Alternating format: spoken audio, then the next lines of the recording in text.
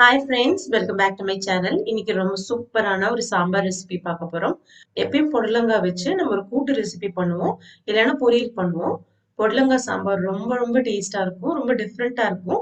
வாங்க எப்படி செய்யறதுன்னு பார்க்கலாம். அரை கப்பு துவரம் பருப்பு எடுத்திருக்கேன், கிட்டத்தட்ட 100 கிராம் இருக்கும். அதை நல்லா கழுவி கிளீன் பண்ணிட்டு நம்ம குக்கர்ல சேர்த்துக்கலாம். இது கூடவே ஒரு 1/4 ஸ்பூன் மஞ்சள்தூள், 1 டீஸ்பூன் அளவுக்கு விளக்கெண்ணெய் சேர்த்துக்கோங்க. விளக்கெண்ணெய் வேண்டாம் அப்படின்னு நினைச்சீங்கன்னா நீங்க நல்லெண்ணெய் கூட சேர்த்துக்கலாம்.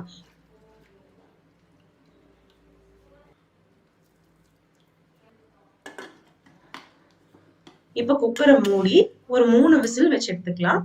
3 விசில் வந்துருச்சு.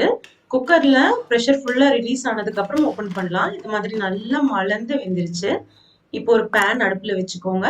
அதுல 2 டேபிள் ஸ்பூன் நல்லெண்ணெய் சேர்த்திருக்கேன். நல்லெண்ணெய் வேண்டாம் அப்படின்னா நீங்க எந்த எண்ணெய் சமையலுக்கு யூஸ் பண்ணுவீங்களோ அந்த எண்ணெய் யூஸ் பண்ணிக்கோங்க. கடுகு சீரகம் போட்டு தாளிச்சிட்டு கொஞ்சம் கருவேப்பிலையும் சேர்த்திருக்கேன். அதுவும் நல்லா பொரிஞ்சதும் பெருங்காயம், கட்டி பெருங்காயம் சேர்த்துக்கோங்க. கட்டி பெருங்காயம் சேர்த்துனா சாம்பாருக்கு ரொம்ப நல்லா இருக்கும். கட்டி பெருங்காயம் இல்லைன்னா அரை டீஸ்பூன் அளவுக்கு பெருங்காயத்தூள் சேர்த்துக்கோங்க.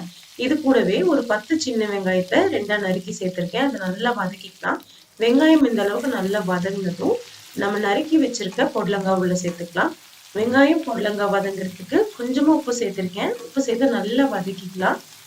கிட்டத்தட்ட பொடலங்காய் வந்து ஒரு 1/4 பங்கு நல்லா வெந்ததுக்கு அப்புறம் தக்காளி சேர்த்துக்கோங்க. தக்காளி வந்து நான் 2 தக்காளி எடுத்திருக்கேன். நான் நாட்டு தக்காளி தான் சேர்த்திருக்கேன். நாட்டு தக்காளியில ஏற்கனவே கொஞ்சம் புளிப்பு தன்மை இருக்கும் இல்லையா, நம்ம 2 தக்காளி சேர்த்திருக்கோம். நல்லாவே புளிப்பா தான் இருக்கும்.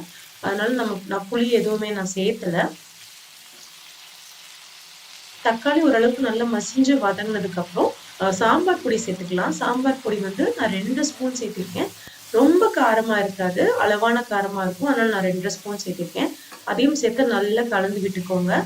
இந்த காய் வேகிறதுக்கு தேவையான அளவு தண்ணி ஊற்றிட்டு மூடி வச்சிடலாம். ஒரு 2-3 நிமிஷத்துலேயே காய் வெந்துடும். ஏன்னா பொடலங்காய் ஒரு நீர் காய் நல்லா வெந்துடும். நீங்க ஆப்பிள் தக்காளி, அதாவது பெங்களூர் தக்காளி சேர்த்துற மாதிரி இருந்துச்சுன்னா நீங்க கொஞ்சமா புளி சேர்த்துக்கோங்க. சின்ன நெல்லிக்காய் அளவு புளியை கரைச்சு அதை உள்ள சேர்த்துக்கோங்க.